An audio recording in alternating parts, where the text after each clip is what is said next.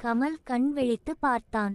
தன்னுடைய புது மனைவி குளித்துவிட்டு ஃப்ரெஷ்ஷாக நின்று கொண்டிருந்தாள். குட் மார்னிங் அண்ணி. கமல், என்னோட அம்மா வந்திருக்காங்க. உங்க அம்மாவா? ஏதாவது பிரச்சனையா? பிரச்சனையெல்லாம் இல்ல. இன்னைக்கு தாலி பிரிச்சு கோர்க்கணும்னு சொல்லி வந்திருக்காங்க. அப்படினா? அது கல்யாணமான பொண்ணுங்களுக்கு செய்யுற சம்பிரதாயம். ஹோ, அவ்வளவு தானா? அதுக்கு நாம இன்னைக்கு லீவு போடணுமாம்.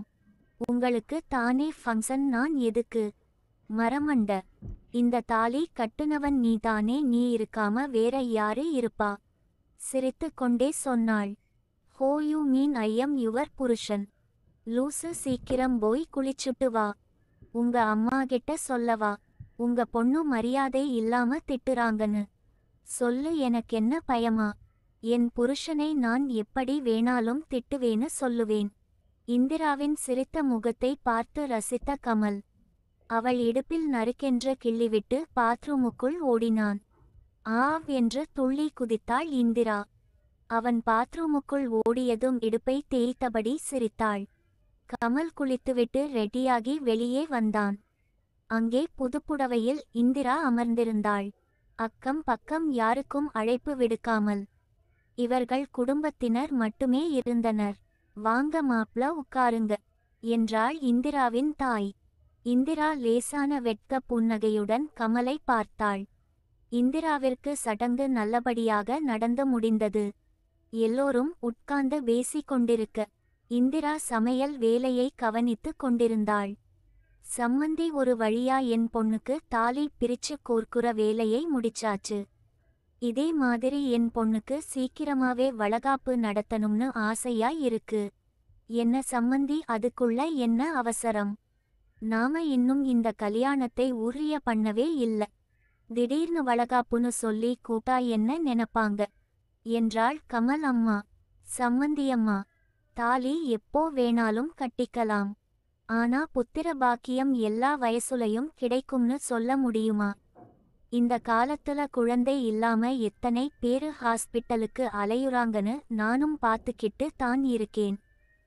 இவங்க பேசுறதை இந்திரா கிச்சனில் நின்று கேட்டுக்கொண்டிருந்தாள். புரியுது சம்மந்தி, ஆனா இன்னும் கமல் படிப்பை முடிக்கலையே. அதுக்கும் இதுக்கும் என்ன இருக்கு சம்பந்தியம்மா? மாப்ளை இப்பவே அப்பாவாகுற தகுதியோட தானே இருக்குறாரு. நமட்டுச் சிரிப்போடு சொன்னாள். ஐயோ, நீங்க வேற சம்மந்தி. இதெல்லாம் பேசிக்கிட்டு நான் சொல்ல வர்றது என்னன்னா, அவரு படிக்கிறதுக்கும் என் பொண்ணு குழந்தை பெத்துக்கிறதுக்கும் எந்த சம்பந்தமும் இல்ல. அவருக்கு கல்யாணம் ஆனதை காலேஜ்ல சொன்னா தானே அவங்களுக்கு தெரியும். இப்போலாம் குழந்தை பிறக்கலனா செயற்கையா குழந்தை பெத்துக்கிறாங்களாம்.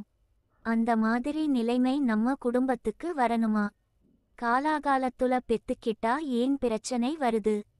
அப்போலாம் வயசுக்கு வந்து 3-4 வருஷத்துலயே கல்யாணத்தை பண்ணிருவாங்க. அடுத்த 10 மாசத்துல புள்ளையும் பெத்துருவாங்க.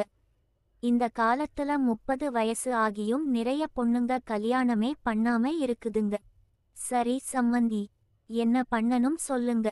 அவங்க கல்யாணம் பண்ணிட்டாலும் சந்தோஷமா இருக்காங்களான்னு நமக்கு தெரியாது. இந்த வீட்டுக்குள்ளேயே இருக்குறதும் அவங்களுக்கு ஒரு மாதிரியா இருக்கும்ல. அதுக்காக வெளியே எங்கேயாவது அனுப்பி வைங்க. எங்க அனுப்ப சொல்றீங்க?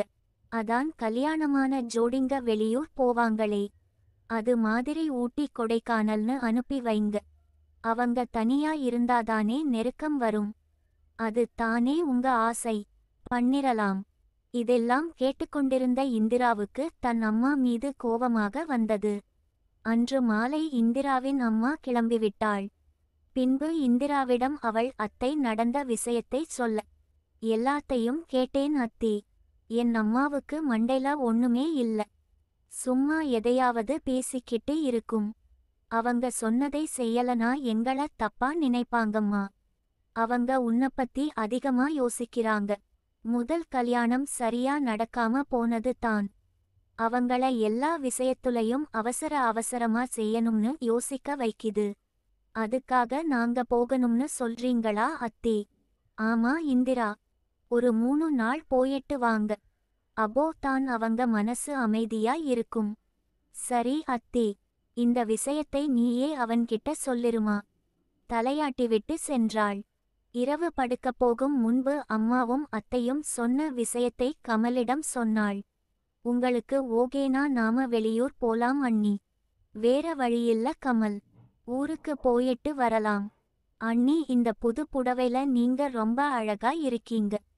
தாங்க்ஸ் என்று லேசாக புன்னகைத்தாள். ஒரு வாரம் கடந்தது. இருவரும் கிளம்பி கொடைக்கானல் வந்து சேர்ந்தனர். அங்கு ஒரு ஹோட்டலில் ரிசப்ஷனில், வெல்கம் சார் சொல்லுங்க. எங்களுக்கு ஒரு ரூம் வேணும். சிங்கிள் பெட் வேணுமா டபுள் பெட் வேணுமா சார்? அண்ணி சிங்கிள் பெட்டா டபுள் பெட்டா? அந்த ரிசப்ஷனிஸ்ட் இந்திராவை ஒரு மாதிரியாக பார்த்தான். இந்திரா அவன் பார்வையின் அர்த்தம் புரிந்து தலை குனிந்தபடி கமலிடம் டபுள் பெட் என்றாள். Double bed okay sir. AC room வேணுமா சார்? அண்ணி ஏசி வேணுமா? கமல் இப்படி ஒவ்வொன்றாக கேட்க கேட்க இந்திரா சற்று கடுப்பானாள். பச் ஏதாவது ஒன்னு புக் பண்ணிட்டு வா முதல்ல. என்னாச்சு அண்ணி? சார் ஏசி வேண்டாம். Okay sir. இந்தாங்க ரூம் கீ. இந்த பக்கம் போங்க. Thank you sir. இருவரும் லக்கேஜுடன் ரூமுக்குள் நுழைந்தனர். கமல் உனக்கு மண்டைல ஏதாவது இருக்கா என்றாள் சற்று கோபத்துடன். கமல் ஒன்றும் புரியாமல் ஏன் அண்ணி என்னாச்சு? நொன்னாச்சு. அந்த ஆள் முன்னாடி அண்ணி அண்ணிங்கிறியே. அவன் என்ன நினைப்பான்? என்ன நினைப்பான்? அண்ணின்னு சொல்றது அவ்வளவு பெரிய தப்பா என்ன என்றான் வெகுளியாக. அடே மக்கு. நாம ஃபேமிலியா எல்லாரும் வந்திருந்தா என்னைய அப்படி கூப்பிடலாம். யாரும் ஒன்னும் நினைக்க மாட்டாங்க. நாம 2 பேர் மட்டும் வந்திருக்கோம். ஒன்னா ரூம் எடுத்து தங்குறோம். இப்போ நீ அண்ணின்னு சொன்னா அவன் தப்பா நினைக்க மாட்டானா?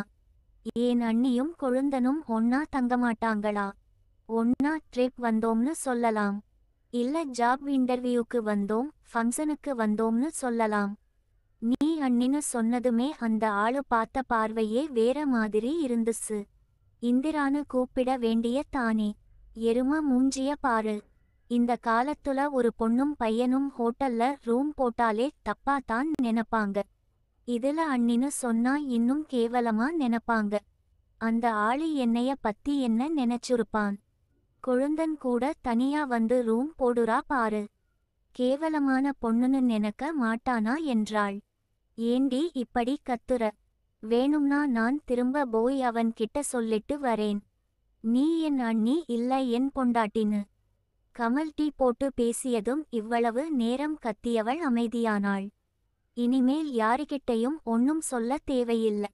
அமைதியாக சொல்லிவிட்டு போய் பெட்டில் உட்கார்ந்து கொண்டு மூக்கை உறிஞ்சினாள். கமல் தன்னுடைய தவறை புரிந்து கொண்டான். அண்ணி என்று அவள் அருகில் சென்று அமர்ந்தான். சாரி அண்ணி. ஏதோ கோவத்துல கத்திட்டேன். மூக்கை உறிஞ்சியபடி திரும்பி அவனை பார்த்தாள். கண்கள் கலங்கியதோடு மூக்கு எக்ஸ்ட்ராவாக சிவந்து போயிருந்தது. சாரி கமல், நானும் கொஞ்சம் அவசரப்பட்டு பேசிட்டேன். கிளி மூக்குன்னு சொல்லி கேள்விப்பட்டிருக்கேன். ஆனா இப்போ தான் பாக்குறேன். இப்படி சிவப்பாய் இருக்கு. கமல் அவள் மூக்கை தொட்டு சொல்ல, போடா என்று. சிவந்த மூக்கோடு சிரித்தபடி அவள் தோளில் அடித்தாள்.